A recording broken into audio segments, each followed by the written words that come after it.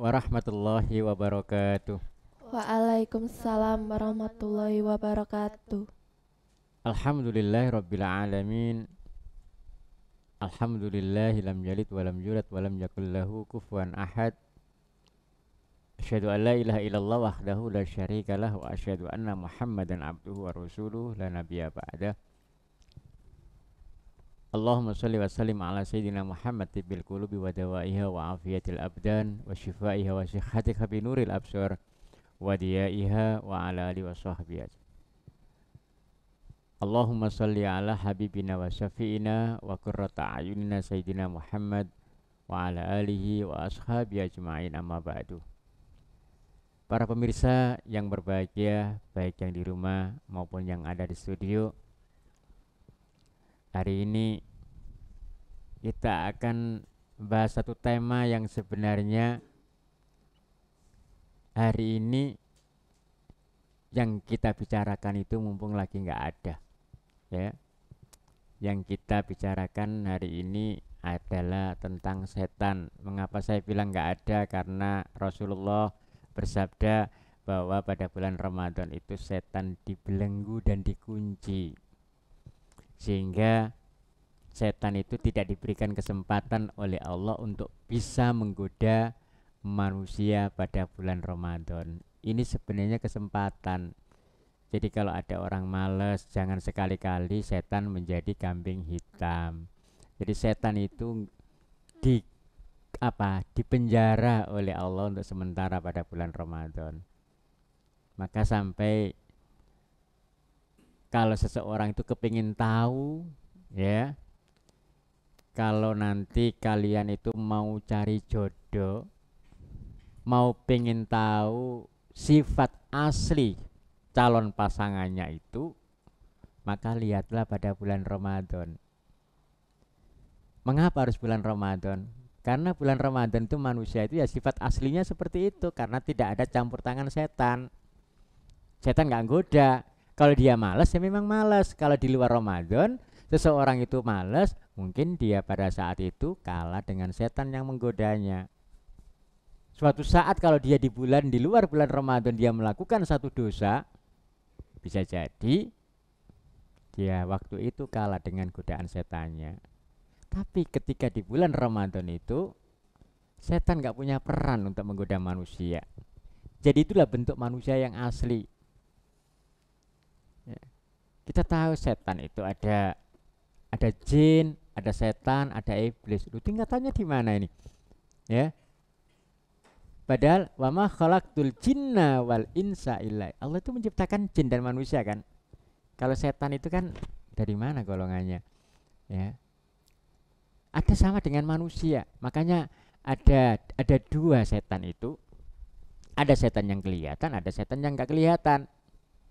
Makanya dalam satu surat itu disebutkan surat Al-Alaq sama surat An-Nas, ya. Ada yang menerjemahkan kul a'udzu birabbil falaq, ya Allah lindungi saya dari setan yang nggak kelihatan. Itu setan terbuat dari jin tadi. Yang masuk fi sudurin nas, masuk ke dalam dada manusia yang menggoda manusia. Maka ketika kita sholat, ya, ketika kita ini sholat kemudian ada lamunan setan sudah masuk ke dalam diri kita. Ketika kita sholat enak, setan sudah masuk ke dalam dada kita, sehingga ada orang yang hanya bawa mangkok sama sendok, kemudian digerakkan, dipukulkan itu. Kita sudah berpikir macam-macam. Oh, tukang bakso yang ini, mesti enak. Itu biasanya terus melayang. Setan mengajak kita untuk berfantasi ketika kita dalam keadaan sholat. Itu setan yang nggak kelihatan. Makanya kita dianjurkan sebelum sholat kul a'udzu birabbil falaq min syarri ma khalaq dan seterusnya. Supaya apa? Setan nggak punya kesempatan untuk kita masuk ke dalam diri kita waktu sholat. Bagaimana kalau yang goda yang manusia? Maka kul a'udzu birabbin nas, ya Allah lindungi saya dari setan yang berupa manusia. Siapa setan berupa manusia itu? Ya kita ini. Ya, ketika kita mengajak kepada kejelekan, pada saat itu posisi kita itu adalah sama dengan setan. Ya. Ketika kita mengajak teman kita untuk berbuat tidak baik, pada saat itulah kita berposisi sebagai setan yang kelihatan. Ya. Maka di mana peran setan itu? Coba bayangkan, setan itu punya satu apa? Satu tekad. Kita pun ya, seandainya saya bayangkan begini, seandainya kita yang jadi setan, pasti cita-cita kita itu sama seperti setan yang diciptakan oleh Allah tadi. Bayangkan di surga pertama kali itu ada setan itu yang diberi fasilitas oleh Allah, bisa menikmati apa? Bisa menikmati keindahan dari surga itu, bisa menikmati semua apa yang ada di surga itu. Dan setan adalah makhluk yang taat kepada Allah pada saat itu. Apapun perintah Allah dia jalankan. Ya. Kemudian Allah menciptakan makhluk selanjutnya yang bernama Adam. Kalau ilustrasinya begini, kamu punya orang tua, kalian punya orang tua yang kaya raya, kalian anak satu-satunya di rumah itu, semua fasilitas rumah itu lengkap. Apapun kebutuhan kamu itu tinggal ngucap. Ya. Minum, datang minuman. Makan, pelayannya begitu banyak yang melayani kamu. Sehingga apapun yang kamu inginkan semuanya keturutan. Setan itu pada saat itu saya seperti itu di surga itu. Apapun yang dia minta dia tahu, karena dia apa? Makhluk yang taat kepada Allah. Barulah Allah ini menciptakan makhluk yang kedua yang bernama Adam. Ya. Adam ini makhluk yang selanjutnya, generasi selanjutnya kan. Ini yang lama. Itu sama seperti kamu hidup di rumah itu tadi sudah puluhan tahun, ya. Kemudian tahu-tahu orang tua kamu tadi ambil anak angkat yang seusianya sama atau lebih rendah dari kamu. Ya. Nah, ini tahu-tahu datang tidak melalui proses yang apa? Sejak bayi tahu-tahu dia didatangkan pada saat itu. Kemudian Allah memerintahkan setan layani Adam. Apapun yang Adam minta turuti. Kamu yang anak tadi, kamu yang sudah hidup di rumah kamu sendiri tadi, sudah bertahun-tahun itu, kemudian datang apa? Orang lagi, kemudian orang tua kamu memerintahkan, "Nak, ini saudara baru kamu. Layani dia, apapun yang dia minta, kamu kasih." Dia pinter, kamu kalah pinter. Hanya gara-gara itu Nabi Adam lebih pintar daripada ketika ditanya apa-apa dia lebih bisa. Maka disuruh hormat. Bentuk hormatnya tadi ya melayani tadi. Ya. Kamu disuruh melayani ini. Apa yang kamu lakukan? Tidak mau kan? Kamu pasti akan protes sama orang tua kamu. "Pak, saya ini anak kandung. Ini anak angkat. Masa anak angkat ini derajatnya harus lebih dari saya? Saya bahkan harus menuruti dia." Otomatis kan kamu nggak mau. Wajar pada saat itu kalau kamu nggak mau. Setan juga sama seperti itu. "Enggak ya Allah, suruh sujud." "Enggak, saya ini terbuat dari api, sementara Adam terbuat dari tanah." Coba kalau kita adu, api diadu sama tanah, api yang apa? Menang, tanahnya jadi debu. Mengapa saya yang lebih hebat? Saya yang diciptakan lebih apa? Lebih dahulu, dan saya menempati ini lebih dahulu, maka saya yang harus terusir. Tidak mau. Maka aba wastakbar, di situ yang namanya apa? Setan itu membangkang, kemudian dia merasa dirinya paling hebat. Kamu juga sama seperti itu. Apa yang terjadi? Diusirlah setan itu. Lah kamu yang tidak mau menuruti orang tua kamu diusir dari rumah kamu sendiri. Kamu gelandangan di luar itu. Coba, apa yang kamu lakukan? Pasti kamu dendam kan sama saudara yang baru tadi. Gara-gara dia, saya terusir. Saya nggak punya apa? Nggak punya apa? Kenikmatan yang bisa dirasakan. Tidur di emperan, makan nggak teratur. Sudah, karena apa? Fasilitas tadi sudah gak kamu dapatkan. Karena kamu diusir orang tua kamu. Apa yang terjadi? Kamu pasti dendam kan? Gimana caranya saya harus mengusir orang baru tadi, gara-gara dia saya terusir. Maka setan berusaha, ya, setan berusaha sekeras mungkin agar Adam pun terusir dari surga itu. Setan tahu, ya, ketika Adam ini dimasukkan ada satu yang nggak boleh dilakukan oleh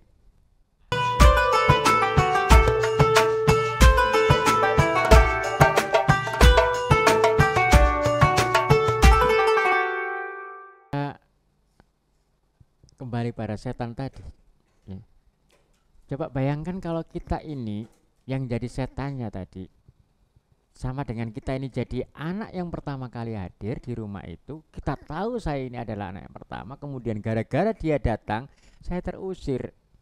Gara-gara ini setan juga mempunyai hal yang sama. Apa yang terjadi? Pasti dia dendam.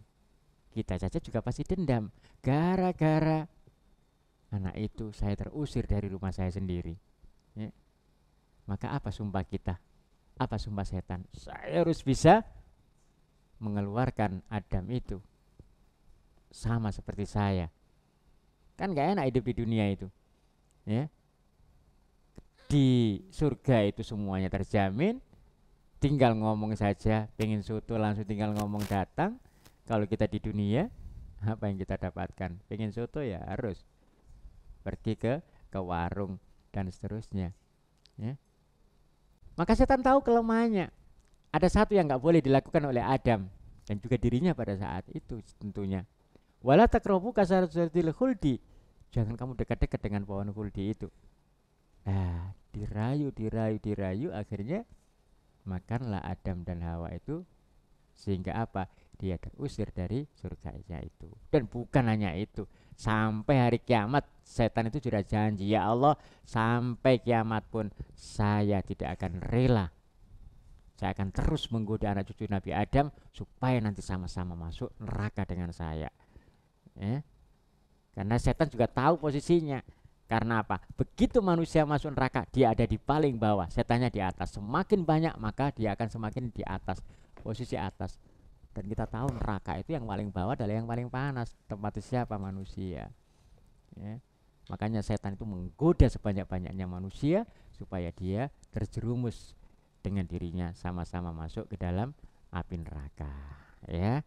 Sebelum kita ambil kesimpulan, mungkin ada pertanyaan, silakan. Saya Ustadz. Ya.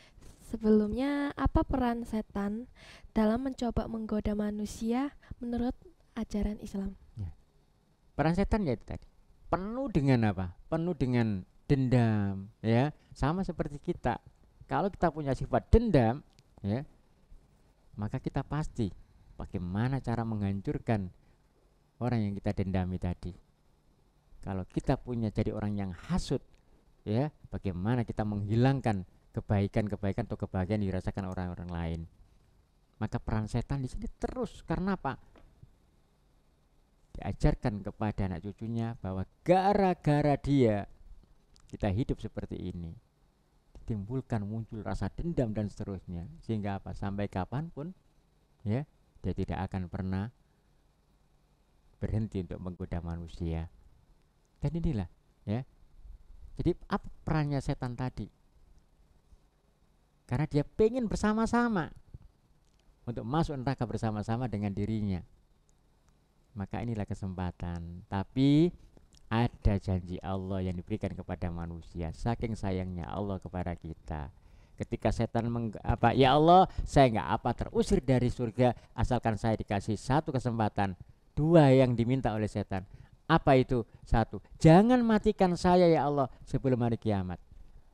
Maka kita nggak usah heran kalau kita lihat jin usianya itu puluhan juta, ya, ratusan tahun. Karena apa? Dia lahirnya mungkin jauh seperti itu, ya. Oke, kata Allah, dia nggak mati sampai hari kiamat. Yang kedua, ya Allah, berikan kesempatan kepada saya untuk bisa menggoda anak cucu Nabi Adam siapapun, ya. Apa yang Allah jawab? Silakan. Tetapi Allah ngasih tahu, ada satu jenis manusia yang kamu tidak akan pernah bisa menggoda dirinya. Setan tahu. Siapa itu ya Allah? Orang yang selalu ingat kepada saya.